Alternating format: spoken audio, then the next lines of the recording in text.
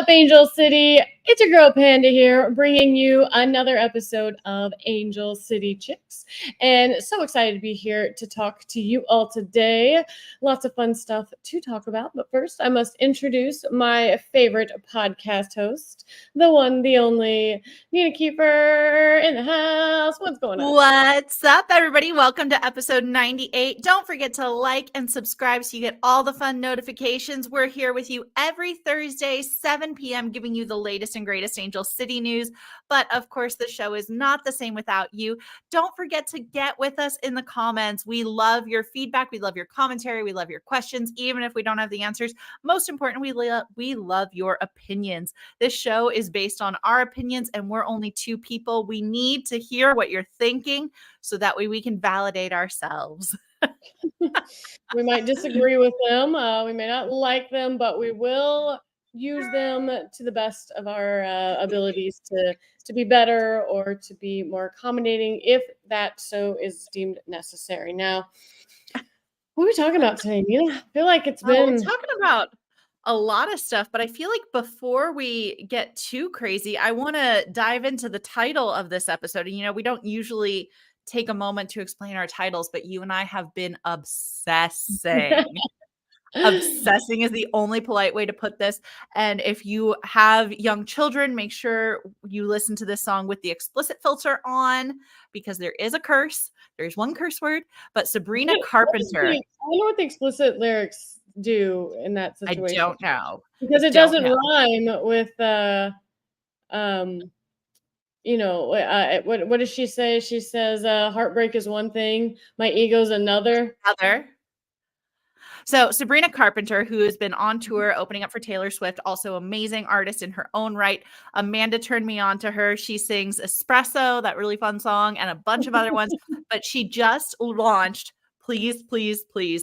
And we are listening to it nonstop. We can't play it because we don't want this podcast episode to get pulled down. But we feel like it's also an appropriate title for what we really want from this team. Just please, please. Please. I mean, we need heartbreak is one thing, my ego's another. It's like it sucks, not winning for that, but also like please don't make us look like dum-dums. Like we're in your corner, we're supporting you, we believe in you. We have said from the beginning, don't get worried, don't be like stop hitting the panic button, and that's kind of where we're at right now. Like we need please prove us wrong. Yeah. Prove us right. Prove everyone else wrong is what I mean. But I guess I don't know. We need something to cling on to, and I have some frustrations, I suppose, that we can get into in a little bit. Anything else you would like to piggyback on that with? No, I just want everyone to go listen to the song, watch the music video, and be on repeat like the rest of us. And also shout out to Isis, who's in the chat with us. For those of you who don't know, Isis has an amazing barber shop in Burbank. Of course, well-known place for Christian to go and get his hair cut. She is fantastic and amazing, not only at doing hair, but as a human being. Thanks for being with us today, Isis. Yay. Love that. She's so great. All right. One other bit of housekeeping before we get into your Angel City news, and that has to do with something really cool happening this Father's Day. So if you don't have a gift for the soccer-loving dad in your life yet, we have an idea for you. Amanda and I will both be at this match. Amanda's working it. I'm covering it as media. Christian is going to be doing play-by-play along with our friend Jonathan Reimer. And not only that, but JR is going to be doing the PA in stadium for this match. It's going to be insane. We are, of course, talking about in Ontario, the Game of Legends. Yeah, I'm sure if you follow a lot of influencers and soccer kind of adjacent people, you've probably seen them post videos about this. And so what it is like they said, the Game of Legends, because it is Legends. We've got two super popular, I don't know how you describe them. Other than, well, I'm not getting there yet. Hold on. Oh, okay. Two big, influencers out in the world, on Instagram and YouTube and TikTok, just huge following. That is Kid Super and Mo Ali. They both have put together super teams of people who love the sport, have played the sport, are very much ingrained in soccer. but they're being captained by none other than Ronaldinho himself. Yes, the Ronaldinho and Kaká. I mean, if you know anything about soccer, then you know and have heard these names. They're huge. This is going to be a ginormous event. There are big names that are not even announced right now, which I don't know why they're not announcing them, maybe just in case they don't show up. But if they did, this place would blow up. But real quick, it's going to be MASL style rules for soccer. It's going to be 5 versus 5, 5 field players and 1 in goal. It's going to be 4 15-minute quarters. It's going to have 6 fouls and you're out. It's going to have rolling substitutions, just like MASL style. The one thing that's really cool is if you watch the TST tournament, which I'm sure some of you tuned in for that, they are going to do target goal target score time. Target score time. My God, I could not get that out. I have struggled with that. Target score time. And what that means is they are going to have a goal that has to be scored in like a number of goals has to be scored by the end of play to determine the winner. So if the score is 3-1, I have 3, Nina has 1. The target score for the end of the game in, target score time is 4, meaning I only have to score 1 goal and a win. Nina has to score 3 goals and she wins, but she could still pull this out. And the way it works is in target score time, it's full strength 5v5, and then they're going to do, I think, every 60 seconds, they're going to pull a field player off the pitch. That's quick. Until someone scores the 4th goal. Okay. Your team could score another one, and you could tie it up 3-3, but they're going to keep pulling people off until target goals are reached, which is going to be that number that's determined. That number is always going to be 1 more than what the leading team has. So super exciting. I honestly think it'd be really cool if MASL just adopted this at the end of it, like of everything. I think let's just roll with it because it's fun. Because you can see a team down 3-1. And then all of a sudden you get on 3v3 and they've scored a couple goals. Well, it's really not a dominant game. And I saw it get down to 2 versus 2 in the TST tournament. And, I think at that point it's almost like PKs. It's almost just like luck, like who can guess who's going which way. But either way, This is going to be Sunday at 4:00, June 16th. It's also going to be on BN Sports. And tickets are on sale right now for Ticketmaster. So go and get your tickets for the Game of Legends. It's going to be so much fun. There's going to be a lot of people there, a lot of celebrity status. We're going to see Lauren Sesselman. We're going to see Jen Munoz. We're going to see Wendy Pintor, who we've had on our podcast before and interviewed her. A lot of really cool people. Some, like I said, some celebrities in their own right. It's going to be great. I can't wait to be there. I know you are excited to be there as well. So absolutely. Going to be a fun day. Great way to spend Father's Day. Like I said, if you haven't already got a gift for the soccer loving dad in your life, grab him some tickets, get him pitch side, let him see these legends. We'll be there. Shout out to us. We'll come over and say hi. We are so excited. But that's kind of our last little plug. Let's dive into some Angel City news in a very exciting turn of events. And I say this with all sarcasm intended and without mocking because she herself said it. In a major shock to the world, Kristen Press ran in a straight line with her teammates. That is exactly how she prefaced this when she went on Instagram. She's like, I am back in practice and so excited to run in a straight line with my team. The things we take for granted, right? Being able to run in a straight line. I mean, most of us don't even think about it. Most of it's just do it and it happens and we're great. So, for her to say that clearly, this is a big deal. This is a big deal. Yeah.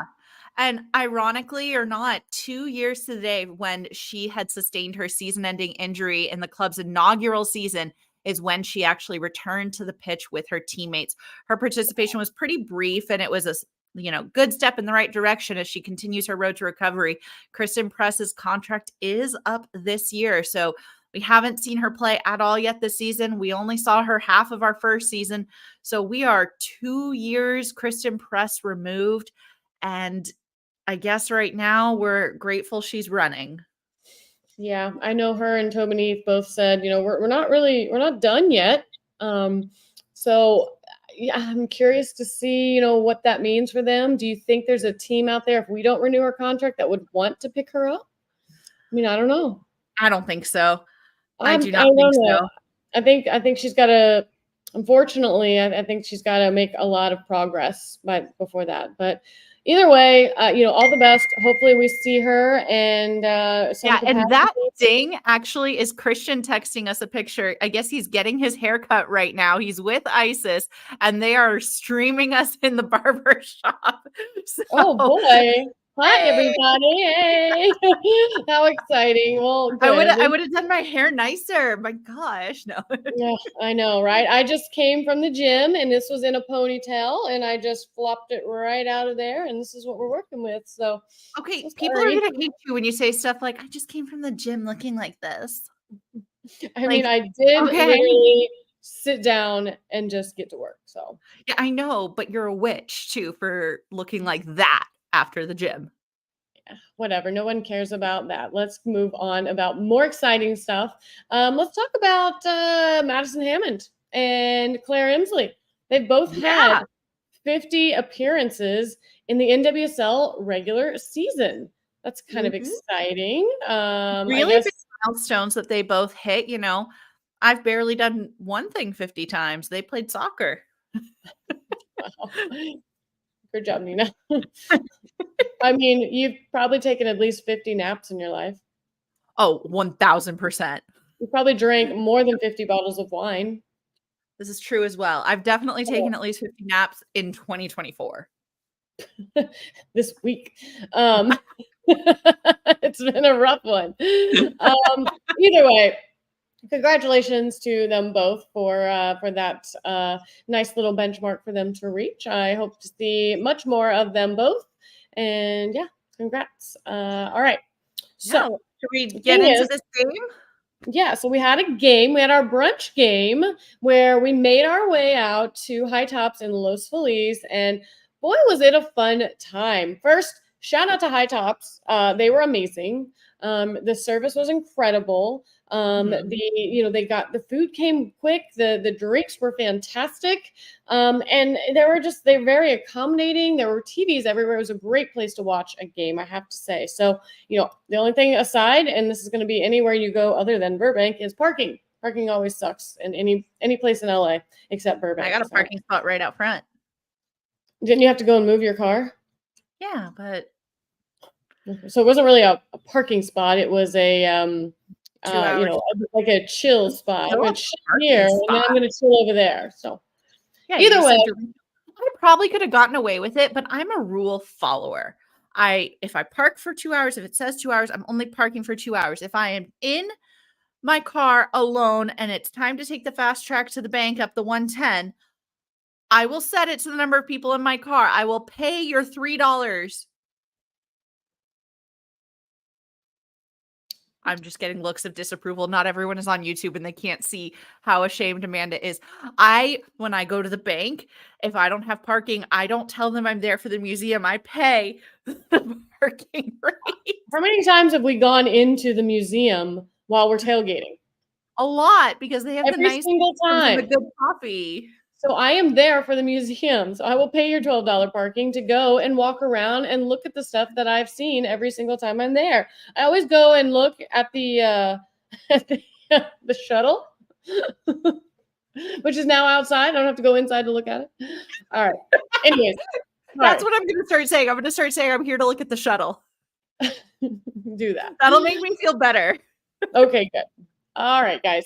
Let's jump into this game. It was, we knew coming into it, it was going to be a little bit of a tough game. Gotham is a tough team. They seem to have, kind of really meshed well together. They had not lost in their last 5 games. I think they had 4 wins and a draw. They were 4th on the table, and they had let in the least amount of goals so far this season with 7. So we knew it was going to be a tall task to travel all the way out there. I mean, for them, that game was, it was an early game. I mean, it was, 9:00 a.m. our time, so a lot of factors working against them and wasn't really sure how it was going to go. I think we would have been very happy with the draw with this game.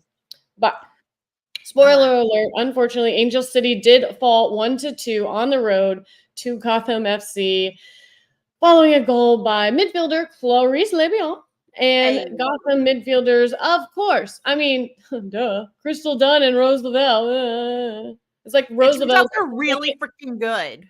yeah, I mean, let's just let her have the ball right in front of the box and let's not see her score. Yeah. Anyways, not mad about it at all. But either way, let's talk about it. So Angel City came out, kind of dominated possession over those first 10 minutes of the game. Though neither team really had any chances early on, that did change in the 12th minute when Gotham defender Jenna Neiswanger, she took a crack from just outside the 18-yard box. Angel City keeper Didi Harachich, she dove, but no save was necessary because the ball went wide of the right post. Now, Gotham did have another look in the 18th minute when defender Mandy Freeman sent a cross into Lavelle into the penalty area on a transition play, but Harachich came off her line and blocked Lavelle's shot at the edge of the 6-yard box. Woo! We were like, okay, it's getting a little, hot up in here. I'm feeling some pressure, so let's take it off. Let's take it down. Let's chill. Rose definitely makes me nervous every time. I love watching Lavelle play, but I do not like it when she is not playing for me. And, Gotham continued to push, and they finally broke through in the 26th minute when midfielder Yasmin Ryan played a diagonal ball in for Dunn at the top of the box. Dunn beat her mark and sent a low shot to the far post, which Harachich got a hand on, but was not able to stop. The ball rolled over the goal line to bring the score to 1-0. And, with that depressing thought, I want to point out one thing about the amazing talent that is Crystal Dunn. She doesn't play forward for the U.S. women's national team. She plays defense. Like, this is some Jasmine Spencer type thing going on. Like, she is such a threat and so incredible. But I don't want her to score on me, and I'm mad. Right, yeah. Please, can you just, maybe not do that around us? I would really appreciate that. Yeah, and I mean, we had a good look in the 38th minute when midfielder Rocky Rodriguez stripped the ball off a Gotham midfielder and sent a long diagonal pass to forward Claire Emsley at the right wing. Emsley's cross was blocked by Freeman, falling to the top of the 18, where Lily Nabet is able to make a late run and put a shot on frame, but Gotham's keeper Anne-Katrine Berger narrowly blocked it. In the 42nd minute, Megan Reed had a clutch defensive play when Rose Lavelle once again ran onto a long ball into the box from midfielder Sheehan and hit a shot/cross from outside the 6. Reed recovered to block the ball out for a corner kick just in time. I like that shot/cross. Sometimes we just don't know. If it goes in, it was a shot. If it doesn't, it was a cross, right? Somebody didn't put it on frame. Either way. So Angel City had their final chance of the half late in stoppage when Rocky Rodriguez, she found defender Aimee Vignola as she made a run up the left wing. Vignola dribbled into the area, took an angled shot, but Berger went to ground, stuck her leg out, and made the stop. Now Angel City is going to come out of this halftime strong, had a great chance in the 47th minute. We're going to see Le'Veon force a turnover and play a through ball in for forward Alyssa Thompson. Thompson did continue her run and shot from the corner of the 6-yard box, but Berger again there to make the save. Now in the 51st minute, we are going to see an ACFC equalizer. Hey! That was a good moment.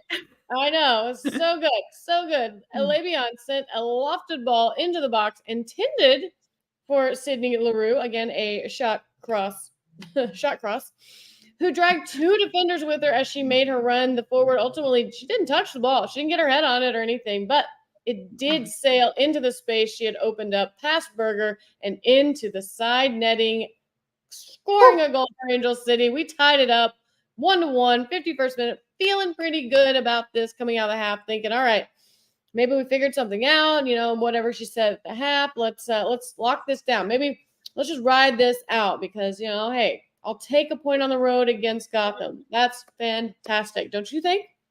Yeah, it would have been fantastic if that's where it had ended. But unfortunately, Gotham did not wait long and they returned the favor in the 62nd minute. Lavelle and Sheehan combined inside the penalty area to set Lavelle up with a close range shot, which she placed at the near post and into the back of the net. Beautiful goal. Love you, Rose. Please don't keep hurting us. We don't like that. Oh, and now we are down 2-1. And unfortunately, The 79th minute didn't see much else. It was a near miss. Jasmine Spencer dropped the ball back to Madison Hammond near the penalty arc. Hammond found defender Merritt Mathias making a run to her left. Mathias put a near post shot on target, but it was saved. And that is how the game ends. We fought, we tried, we were there. We couldn't get it done. Yeah, we're going to take a look at the stats and some interesting things to point out on these stats. I mean, if you look at them, we were fairly even when it came to a lot of this. I mean, like almost dead on. The only thing we weren't was on shots. They had 10 more shots to us. They had 18, we had 8. And all that says is their defense just really did not give us any space to really do anything with, which we knew coming into this, that was going to be a tough task for Angel City, was getting those shots off and finding a way through that defense. Do you want to run through these stats and thoughts on those? I mean, the halftime stats I felt like were much more even and in our favor. These final time stats, when I see 18 shots, 9 corners, and 11 fouls for Gotham, I just think they're a more physical, better team. Like that's just kind of where my gut goes when you look at the numbers. And it's unfortunate because we had more shots on target. You know, we had just about equal possession, pretty good pass accuracy. We only had 4 fouls, but we ended up with a yellow card. You know, they just, by the stat lines, I feel like seem better, and it sucks. I want to win. Yeah, Martin is right. Martin is getting in the chat and he's telling us Didi definitely kept it from being much worse. That is 100% accurate. And I think some of that comes down to, you know, our defense and Didi coming out, because 18 shots, who knows how many of those could have been on target if we weren't interrupting them or getting in their face or pushing them out of position. You know, that's what a lot of that comes down to. So it's a really fair point. Yeah. So, I mean, we knew, like we said, coming in this, their defense was going to be hard to crack. They're very stingy, and you can tell that just from the stats alone. They allowed us to possess the ball. And we did get the shots that we took were on target, but they were just too few and far between, unfortunately, to really make a difference. Now, of course, this does not do much for the standings for us. We seem to really like to live down in the basement, which we just kept creeping towards. We were in 9th place coming into this matchup. We have fallen to 12th place with 11 points under Houston Dash and Bay FC now. So not a great place to be. However, we do have a game in hand to some of those that are above us. If the stars aligned and we got 3 points, we could bounce up to 9th if no one else won. So, I don't know. We have games left. We need to show a little more promise. I mean, look at KC Current up there. They have 28 points. They have not lost a game. Kansas City Current and Orlando Pride are both undefeated. They have not even they've lost. They are both 8-4, or 8 wins, 0 losses, 4 draws, and the only thing separating them is goal differential. They are neck and neck, like crazy. So absolutely crazy. That is one heck of a race for first place. I'm so excited for them. And, as we look ahead, our next game is going to be against Houston Dash. And then I believe on Juneteenth, we are playing Louisville. So definitely a lot going on there. That could mean a lot of movement down in that bottom quarter. I mean, what sucks is, we get asked this question a lot, and I see it a lot on Facebook. Like, yeah, everybody was so mad about, the trade with, Amandine and Paige Nielsen, and we still have not reaped any benefits from that trade. Where is it? We've only lost. We haven't gained. Like, what's going on? Like, we need it more than ever. Like, we've got people running on fumes, running on some kind of broken parts. We've got Sarah Gordon out. We've got some that are probably teetering on hitting that injury list, week to week, just not, taking it one step too far. What are we doing? Where's our help? Where's our reinforcement? Anybody know? I thought we were supposed to be making room for something big. So I'm still here waiting. I felt like we should have had it by now, but who knows what is happening. We need help is what it comes down to. Like, we're begging you, please, please, please. Please, please, please. We need some players. We do. We need something. We need reinforcements. We need somebody to come in, step up, and shake it up. Yeah. So anyways, well, you mentioned it, Angel City on the road next Saturday, June 15th. So that is in 2 days at 6:30 p.m. against Houston Dash. That'll be on Ion and iHeart. And yeah. And we will be working, or at least I will. I'll be on call. I might be working. So we'll see. I will be working. So if anyone wants to come by and visit me at work and bring me snacks and watch the game, that would be fantastic.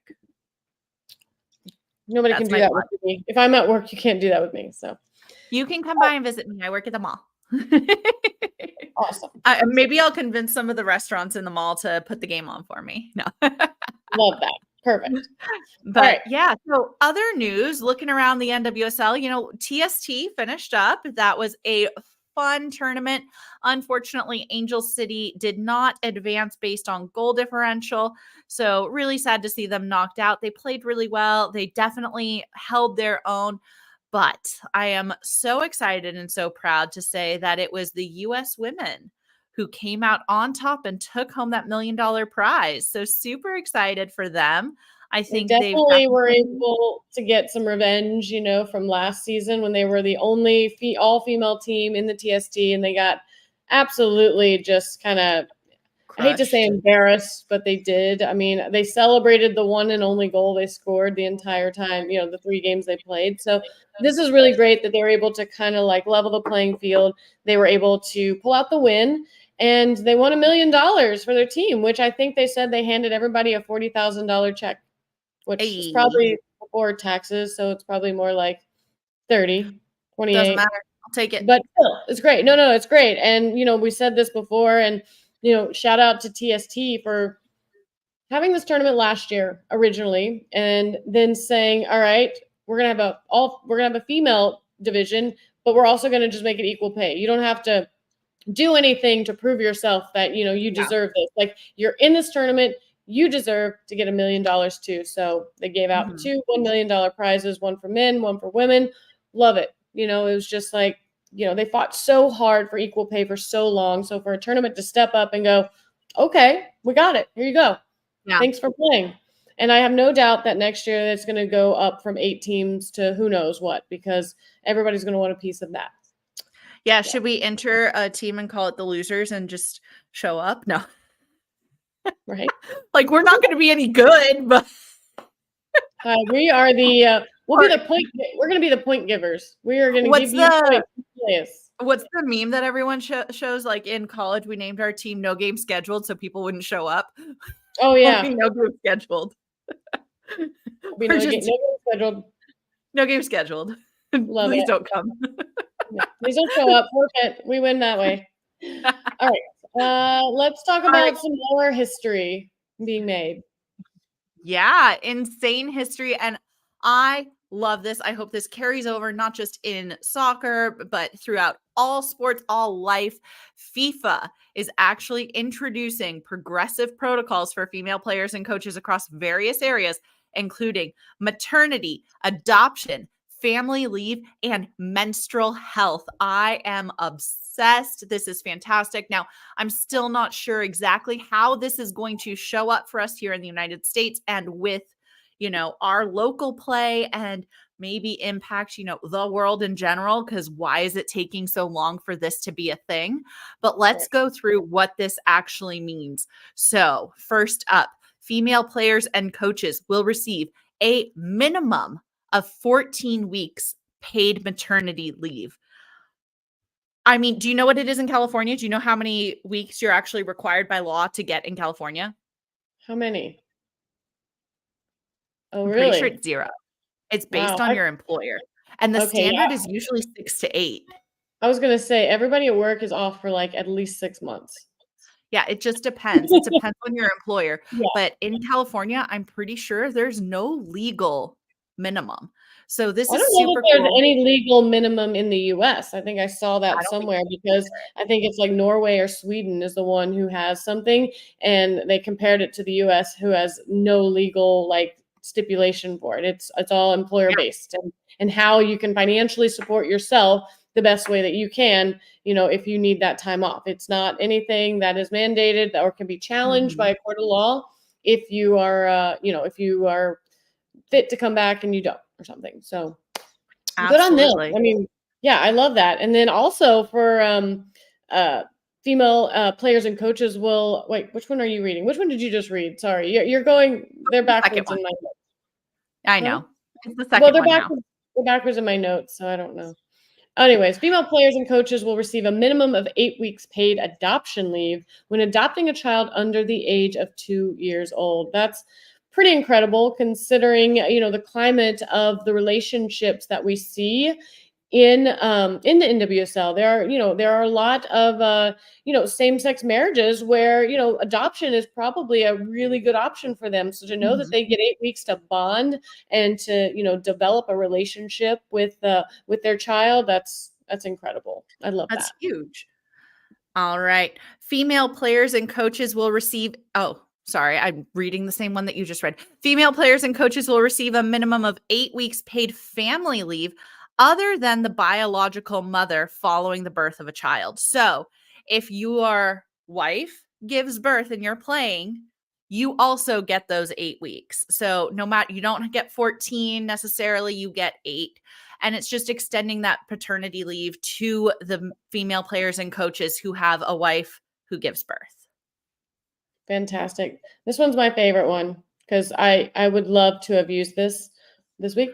Uh, Female Yeah. players will be entitled to be absent from training or matches while receiving full remuneration due to menstrual health reasons.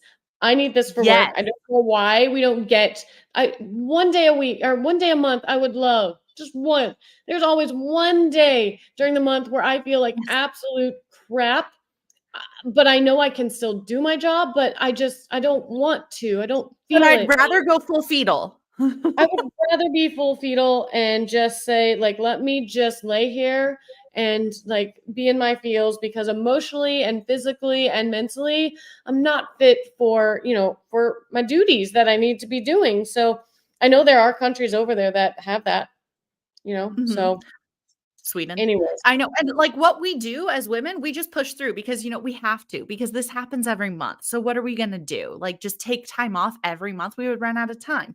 But Yeah, I no. couldn't do that. I mean, what happens when I actually get sick? I mean, the fact that guys don't have to take that kind of leave ever and they can use it for, actual sickness, that, they need or mental health sickness. I wouldn't have enough, but God, wouldn't that be amazing? I know. I mean, it shouldn't be such a stretch. It shouldn't be such a dream because we know for a fact that they have said that period pains and menstrual pains can be on par with heart attacks. Like, let's be real about the reality of our situation and the fact that it sucks. Like, we just all go through it and then we all just suck it up and we all just go to work. So, good on FIFA for Yeah. realizing that, not only is this god awful, but the last thing I wanna do on that one day is any type of physical activity. Like, And and I it does make sense for like them to the type of work they're doing. I mean, it is very physical, and for some of us, like not to like downplay anybody's job, but it would be a lot easier to go and like if you have like a computer job, I get it to sit, maybe have a heating pad and stuff. It would be easier. So I'm so glad that they recognize that there's a lot of a physical stress on the bodies, and that this does need to be added. I mean, yes, I would love it too. 100% do that. If But yeah. it's that day, I will try to avoid property walks. I'm gonna sit at my desk. I'm gonna do some paperwork. Like, I Oh, don't wanna have to move around. I've gotten heat packs out before and just like ace wrapped them under my scrubs and just walked around like that. Like, sorry Yeah, guys. these are the lives that we women lead, and we just do it and we accept it because we are women, hear us roar. Like, come on now. It's just what we got to do, guys. We got to do it. We're gonna do it. We've been doing it. So unless something changes, we're gonna keep on trucking on. But I'm glad that the athletes are not going to be faced with those same kinds of hardships, and they will finally be able to, at least feel like they're being heard in that sense. And they've probably had it a lot worse than you or I ever will in that sense. So, all right, Absolutely. let's talk again about history. History being made. Oh my Yes. gosh. What a number. What is Woo! that number, Nita? 110,845. The first weekend in NWSL history with over 100,000 total attendance. This is absolutely fantastic. And you can see in the picture, this was, I think, the Wrigley Field game that they were playing over in Colorado, right? Wrigley. There's the baseball field you can see where they had the soccer pitch set up. You can see all the different fans in attendance. Of course, we played over at New York, New Jersey, Gotham. Super exciting to see all these different fans turn up and also to hit that record number over $100,000 in the weekend. Once again, 110,845 people. Super exciting, super cool. Yeah, that's pretty amazing. Just so many eyes on this game, and just so many people showing up for these women, and you love to see it. I think it's amazing. There was something that was not in our notes that I wanted to actually bring up just to kind of get Yeah. people's thoughts on it. Do you know what I'm talking about when I put that in my notes? I don't actually. So I don't know if I So should turn off the computer before I curse. no, you should not. I don't know if there's been. I'm going to read the most recent update, but so this happened, and I don't know the specifics with contracts and things and like what's allowed and not. So I'm not going to sit here and like completely bash on the venue and stuff because I don't know, but it's certainly not, I guess, Ooh. a good look. But what it is I guess, Chicago Red Stars were playing at SeatGeek Stadium in Chicago, Mhm. and it was on it was on September 21st. They were playing the San Diego Wave, the Red Okay. Stars. However, Riot Fest, for whatever reason, I don't know why. I don't know what the reason was, but they bumped it. They moved it from Chicago's Douglas Park to SeatGeek Stadium and bumped the game. Now, what they are saying, they're saying that the contract that the Village has with the Red Stars states the Village has the right to host concurrent events at the facility and inform the team in April about the possibility of the need to move the match, but the Red Stars did not respond. So I don't know. The statement that came out from the Red Stars was, "It is unfair and unfortunate to have our club put in this situation, shining a light on the vast discrepancies in the treatment of women's professional sports versus men's professional sports. We are committed to ensuring our players and fans have a first-rate experience on and off the pitch. We are working diligently to find a solution that will ensure our September 21st game is a success." So, Just reschedule. Like, why do you have to? I don't like. I feel bad, but we've been bummed. We've been there. Like, we have been bumped. Yes. and we've been bumped for events not even in our stadium. Like, Right. I mean, like I said, I definitely looked this up because I don't have time to read through this whole article. And, because I can't, I'm not going to sit here and like, because I don't know enough about it to be like, oh, they should have done this. Well, maybe that's not the way it works. I don't know. But either way, it's a huge deal right now, the fact that it happened, and, curious to yeah. find out, like, what because they're kind of beefing right Like, now because I guess I don't see this as an issue with women's sports, and that's why it irritates me because this is not about them being a women's team or not. It's about this is your contract for the space, and if they let you know a couple months ago this might happen and you don't even say anything, what are they supposed to do? This isn't about you being a women's team. This is about you have a contract for space and things happen. Yeah. So the last thing I read was the Village's decision to schedule Riot Fest had nothing to do with gender. The Village has held concurrent events at the stadium during games for the Fire, the Hounds, and the Red Stars in the past. The Village's decision was strictly based on maximizing revenues from the stadium for the Village taxpayers. So, they're kind of going back and forth. And so I don't know. Like I said, it would be interesting to look at it, but, I don't want it to I don't want to fall negatively on the Red Stars for, like Yeah. bashing them if there's a way around it. I don't know. I don't know enough about it. I just brought it up because I'm curious about people's thoughts on it. But after doing your own research and finding out all the facts. So I'm just presenting it as a topic of discussion that maybe on the next podcast we'll have some more information about and we can talk about it. Yeah, that's an interesting topic. I definitely would like to read more into it and to see what's actually happening. It makes me wonder if there is a contentious relationship with them and their home field if they're trying to look for something new. But I mean, this is why go do what Kansas City did. Like, go get your own stadium. It'd be Right. so cool. You don't have to share it, So Anyways, let's we can wrap it up with that. We've talked about a lot of fun stuff and some not so fun stuff, unfortunately. But you know what? Let's end this with a quote that maybe is at least on a positive note. What do you think? Yeah, absolutely. So this quote comes to us from Megan Reed, and she says, "This team believes in one another. We know that when we're at our best, we're one of the best teams in this league. That goes to say that this league is one of the best leagues in the world, if not the best league in the world. We are the top of the top. We are good. We can hold our own. 1-2 is not a bad score against one of the best teams and one of the best defenses in this league. So, let's take Right. this all with a grain of salt and remember, we've got more coming. We just need to have some hope and, please, please, please. Please. Hey, Mario, Casual FC, coming in late to the pod. You missed all the good, juicy bits, but I'm sure you'll go back and listen. Yeah, he'll have to go back and hear everything we said about him. No, I'm just kidding. Exactly. So, all right. Well, guys, we've talked enough. Keeping these kind of short and sweet. Just enough to kind of like whet your palate with some information, but not overly saturate you with information.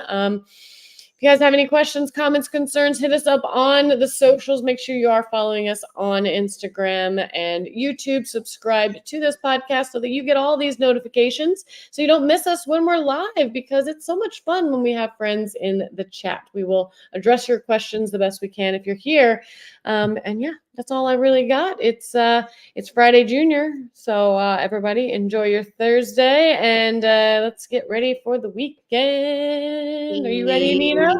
I'm ready. All Good, right. because we're going. Good, because we're going.